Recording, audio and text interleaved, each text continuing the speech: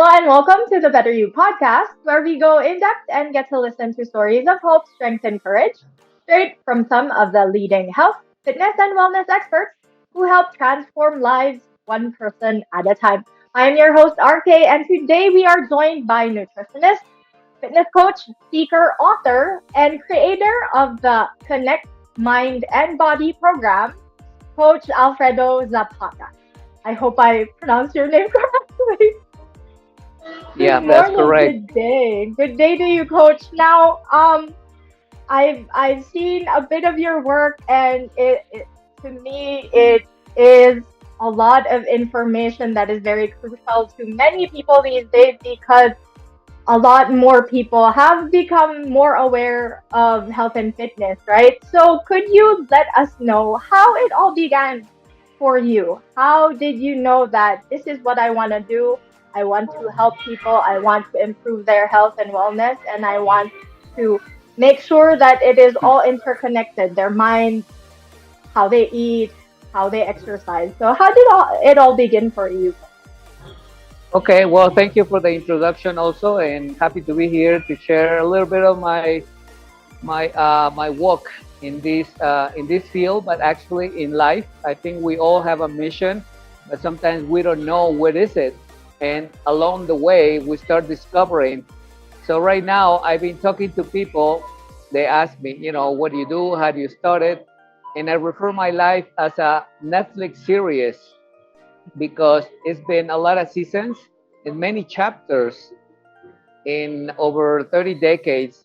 But a little backtrack, it was when I was growing up in Mexico City, only child from a single mom in the 60s.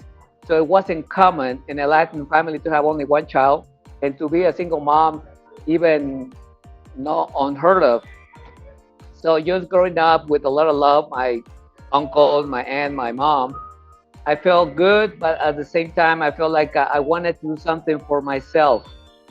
Soccer pretty popular in Latin America, and I live in downtown area, so it wasn't too much of a kids and like a family houses. It was more like a business district. So I will go out on the weekends and run by myself around 5, 6 years old, and that's when I start discovering the running and feeling the air through my face. They start giving me some type of energy, some type of control of my body. And then looking at the magazines and the comics of superheroes, Superman, Batman, and things like that, I start feeling that I can do something. And I wasn't sure, and there was no training before, there was no cell phone, there was no really a formal education about it. And the parents didn't say, okay, go to camp or go to play sports. It was more like very casual and on the streets, just kicking like a little can or something. So I started getting more enthusiastic because it started giving me self-confidence. Then later, and a few years later, I started reading about martial arts. So one of my uncles was kind of like my father figure, and I was bugging him because there was a martial arts school like 4 blocks away from the house. And I said, Uncle, can we go in? Can you sign me in? And he said, No, you're too young, and let's play football. And so I play a little, and then finally he said, Okay, but you gotta be very good at it. So I stayed there for a Shotokan 5 years. Then I transferred to Taekwondo.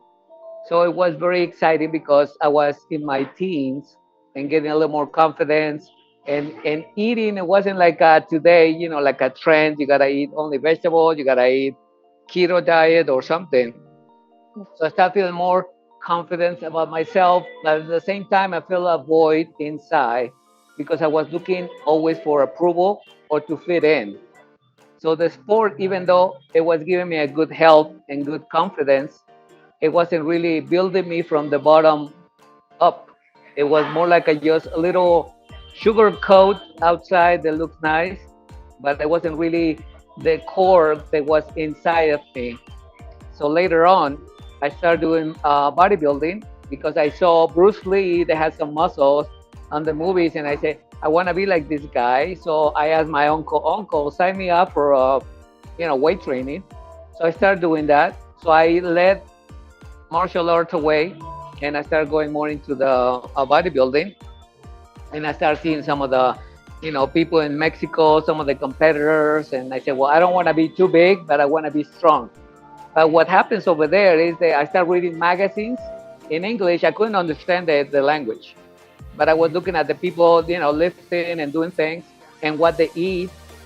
So one of the owners of the gym said, Alfredo, you're talking too much to people. You tell them what to do, but you got to apply it to yourself, because I felt like I wanted to share something with them.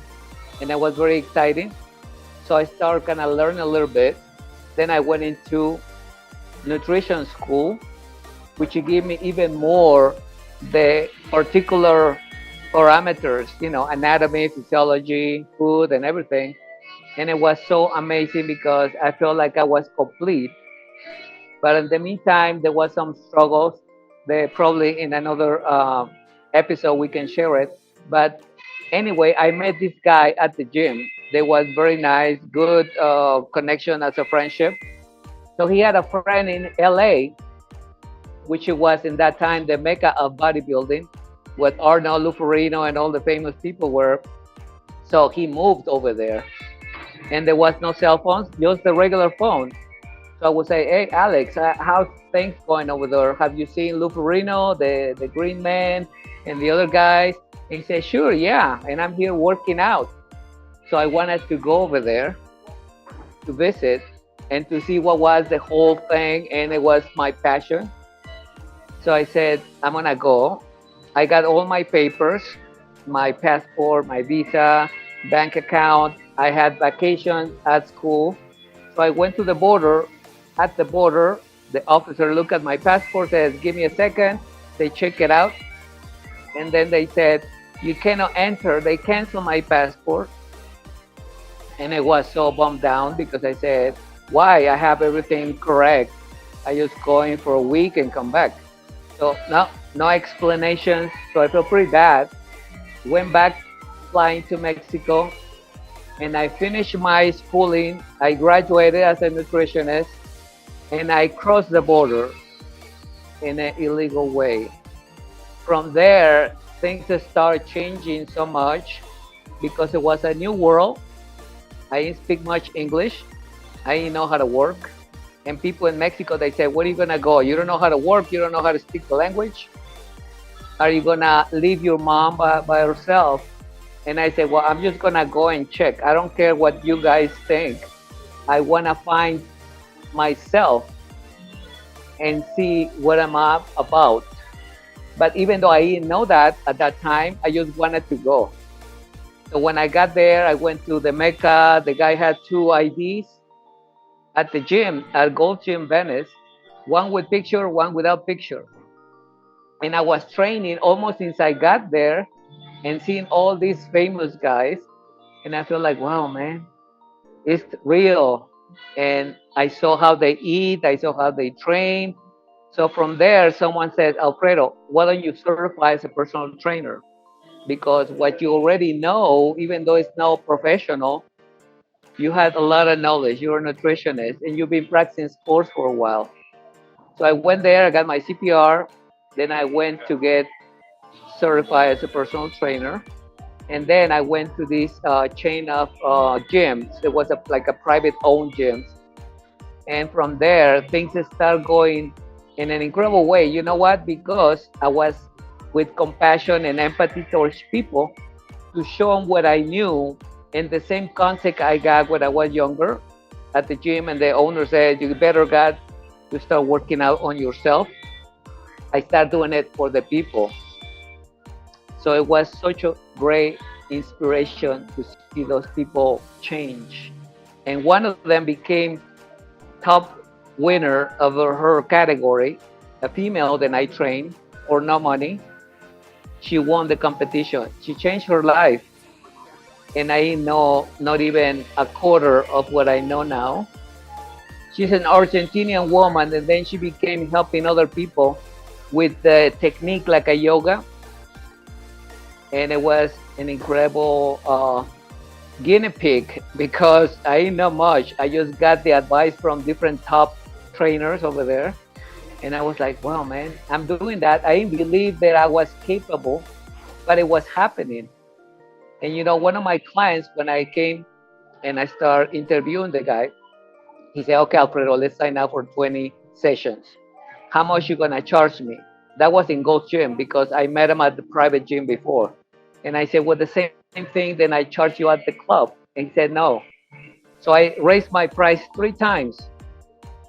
And the guy said, well, it's not what you're worth, but it's better than before because you are the expert. And I said, I'm an expert? What do you mean? He says, you've been helping me all this time, and now here, you don't believe in yourself. You're worth it more than what you're asking for. So you gotta be at it and be sufficient with your self-esteem and do great things. He was my client for like almost 15 years. And then from there, a lot of things start happening. The Latin television invited me to be on the show, and I started speaking to Spanish people because before that, it was only English people. I got immersed into the language because I wanted to feel that I was capable. And then the Spanish television said, Alfredo, come back again. And I said, yeah, that's great. I appreciate the invitation, but I don't have money to pay because it was a sponsor to be on the show. And I said, I just got married and we have a kid and, expenses are kind of hard. And she said, no worry, come back again. I went there for like 5 different episodes with her. And it was amazing because I was doing it in Spanish. I kind of did the conversion, being Latin and then going into the English speaking market and then shifting to the Spanish market. And it wasn't too much of lifting weights and eating healthy. It was more of about self-development, about motivation, about inspiring people to become their best. And that's when I started working on this program called Get Me in Shape Now. And the slogan was listen to your body, which is part of my program of Connecting Mind and Body Now. That teaches people, even beginners or even people advanced, that if your mind is not right, doesn't matter if you have like a chisel body with no fat and muscles. You gotta change your mindset so you can really live healthy from the inside out. And everything else in terms of how much grams of protein and how many weights you need to lift, that's secondary because I proved that with people over there. They're doing this program, they get the results because they're thinking on the muscles, they're thinking the importance of the body. They're not thinking about what they're doing at the gym. Because I tell people the gym is not going to do nothing for you. What you think, because not even what you eat, what you think. Because if you think right, your body is going to work better. So my program has 3 points. One of them is posture. So the posture that I do with people, I do an evaluation of posture, will reduce the stress of the person. If you have a stress on your shoulders, on your knees, on your lower back, whether for sitting too long or exercising too much, it's going to change your mood. And your mood is going to affect your microbiome, your stomach. It's not going to give you a good sense of absorbing nutrients. Plus, you're going to be in a bad mood. Even though you know that you need to eat healthy, you're going to say, no, my neck hurts, my knees hurt. I'm not going to eat healthy. I'm going to eat chocolate. I'm going to go for a drink. I'm going to eat nothing. And it's not about not knowing what to do. It's about your mind and your mood got changed because of stress. So once you know how to position your body, how to walk, how to position yourself doing the exercise, you're reducing stress, you optimizing the muscle contraction, then you feel better because you say, oh, I feel good. I'm going to eat better. And then the absorption on your body is going to be much better. And then when you exercise again, it's going to start detonating those changes. I call it tangible changes because you can be at the gym and eating healthy for a long time, eating organic and eating at the best gym and have the best routine and everything. But if you are not really thinking and being at peace with yourself, you're gonna be obsessed. You're gonna have a bad mood, even though you may have a good body, or even if you're a beginner. Some people they get very frustrated because they see other people, so they comparing with others. They don't have an ownership and discipline, and that's the main point on my program. If you wanna work with me, you gotta be disciplined. Doesn't matter if you don't wanna do it. Doesn't matter if it's holiday, if it's weekend or vacation. You gotta be committed. So those practice and what you do, how you eat, how you sleep, how you do the whole program is going to enhance your self-image, and it's going to help you to do better things and not to look only to reach the goal, because the goals are not meant to reach. The goals are meant for you to stretch yourself. Because if you reach a goal and it was too easy, you're going to say, I only gave my 80%. I didn't give my 100%. So you're complacent. So you're cheating yourself because you're in the minimum, like in your gas tank in the car, you only put a quarter, and when it's almost on the red, you fill it up again. So you're messing up the engine, the tank, and that vehicle is gonna get messed up sooner or later. That's for sure. And in your body, it's the same thing. That's absolutely, that's a lot of information to take in, but those are really excellent stories and experiences that you yourself have in experience on your own. Like, this is the thing about a lot of coaches, and I know many of the great coaches like yourself, it's their own experience that they apply and that they share with everyone that they want to help. So you're absolutely right with your description. Your story is a Netflix. Somebody should do a Netflix based on your story, Coach Alfredo. Now, speaking of mindset, your work um, is dedicated to mindset, to exercise, to nutrition. Is there one particular step that you would like to share with our audience today that you know would be something that they can immediately apply to their life, like right now, today? Is there Yeah, for one example, specific step? Mhm. yeah, there's one step divided in two, morning Okay. and night, and Okay. that's the non-negotiable rituals that people need to do. In my case, I mean, speaking from what I do and based on also research and how the body works, those two rituals can set you for success in your life, or they can put you down. No matter how big is your bank account, no matter how good you look, or how successful you are in anything, if you don't have a time for yourself, and if you don't disconnect from the world, you're gonna be just part of the whole pool of people that are just like a zombies living and looking for approval and not having right the confidence on who they are. So the two rituals are in the morning. I mean, before you go to bed, that's the first one. You need to allocate at least half an hour or 20 minutes to turn everything that is electronic, any distraction, no cell phone, no television, nothing that activate your imagination or get your emotions out of control or stimulate it too much, because you want to have a time for yourself, time to do a few breathing breathing techniques, being at peace and reflecting on how your day went, looking for the wins, not looking for the things that didn't go right, so you can really understand how your day went and you were the main character on that movie of that day, and feeling good, feeling happy about it, because even if the minor things happen, even if it is a routine that you do every time, looking for the good moments, because we're kind of program with all the negatives to look for stuff that didn't go well. Like someone cut you on traffic, or someone stepped on your toe, or someone gave you a bad look, or someone didn't respond your message, they ghost you on WhatsApp, especially social media. People didn't do the like on your picture that you look good or anything.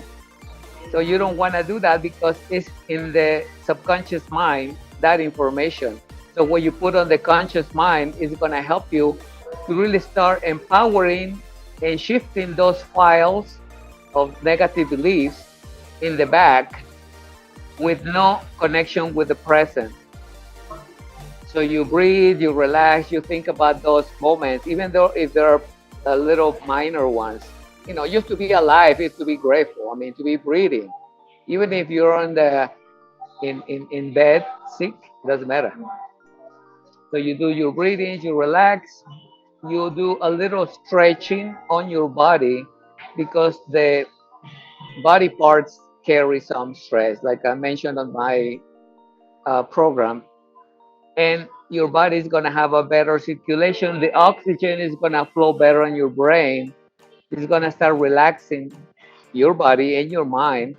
So before you put your head on the pillow, it's going to give you a better sense of peace, of relaxation. You're not just going to go dead and say, I'm exhausted, I don't want to do anything. And then you keep holding the phone, or you were watching a movie, action movie or whatever. You were talking to somebody very agitated, angry, or overly happy. You're not going to rest. I mean, you're going to sleep, but you're not going to rest. Your body's going to be tense also because you were doing things, walking, working out, or whatever. And remember that the stress comes in two ways, physical and mental. And the mental becomes physical. So if you're stressed on your mind and then your muscles are tight, your butt, your lower back, your neck, how do you think you're going to rest? You're not going to rest. You're going to sleep, and maybe you're exhausted because also you're dehydrated. You drink too much coffee, or you're smoking, or you're not eating well. So your body's almost like a dead. And then when the alarm rings, then you wake up like a puppet, and you don't know where, and then you put the wrong color sock, and you don't comb your hair or something, and then you go to do your thing. So doing that ritual is gonna really help you to start a new day in a different way. And the second one is when you wake up. If you're able to manage not to hit the snooze button, and when the alarm rings, you wake up, and that's it. You sit there and you wait for a couple of minutes. You breathe, so the blood start running through your head, your mind. You start feeling relaxed, and you are able to start kind of coordinating, kind of like turning your computer on. Yes. So you already previously have your schedule. You already know what you're going to do. Because if you just wake up, put your shoes on, and go to the bathroom and brush your teeth, you're still going in kind of like a automatic mode. You're not really aware. You do things automatically. You know how to turn the light, how to put things on the toothpaste and brush and everything, but you're not really conscious. So if you do that, you start feeling much better. You can drink some water, you hydrate your body, and then you start beginning with that ritual. And that way you start noticing, then you start paying some attention to you. You start doing some care. And that is an act of love also. Because if you don't love yourself, if you're not able to tell to yourself in the mirror that you love yourself, how do you think it's going to be the day or whatever things you do in the day? They're going to be totally automatic, and you're going to be reacting. You're not going to be analyzing. You're going to be reacting. Someone says something, you're going to jump. You're going to be aggressive. So those my two rituals. They really are very incredible tools. And no matter what you are, you can see the results. That's amazing. Like, many people think that taking care of themselves is something that they should be guilty about. And based on your own stories, your own experience sharing with us, it really is something that we should look into, not just because it's something that somebody suggested, but it's something that really should be part of our lifestyle. Now, you've shared quite a lot of information with us today, Coach Alfredo, and I know I'll probably be reaching out to you for a part two in another episode. But before we wrap things up for your first episode, I'd like for you to share with us maybe one of the most important things that you have learned as a trainer when it comes to taking care of your health and improving your wellness. Because you've worked with so many people, you've worked with celebrities, with athletes, with so many influential people as well. What's one thing that you would recommend to everyone that they should be practicing and should be part of their lifestyle? Yeah, well, it's an incredible question, and I think in the Western world, people don't think too much about improving their health. They just think about wellness, the absence of pain or discomfort. So they said, I wake up, I sleep good, I'm healthy. Even socially, people pretend and they say, how you doing? Oh, I'm doing great. I feel good. You maybe feel good, it may be valid, but are you really sure? Are you doing your yearly or half a year medical check? Your blood panel, how's your body appearance? Are you slacking? Are you really doing the minimum or what is required to become your best version? And that's something that people don't want to do because what? Because people are afraid to find stuff then it's not good. So a lot of people they say I'm good, but they don't want to look inside themselves because they might find something. Some people they say I don't want to do something because my dad died of cancer or because they had history of blood pressure. So I'm not gonna do it. I'm just gonna do a little bit of what I like to do, my pleasures, but I'm not gonna be looking at the doctors to tell me if there is anything that I need to fix. I just wanted to be good. So look into yourself and really being consistent on those checks, your health.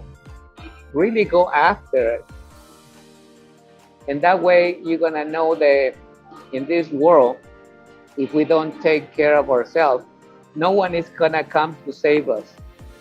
Even if it is your family, your dad, your spouse, or nobody, because it's your body, so it's your responsibility.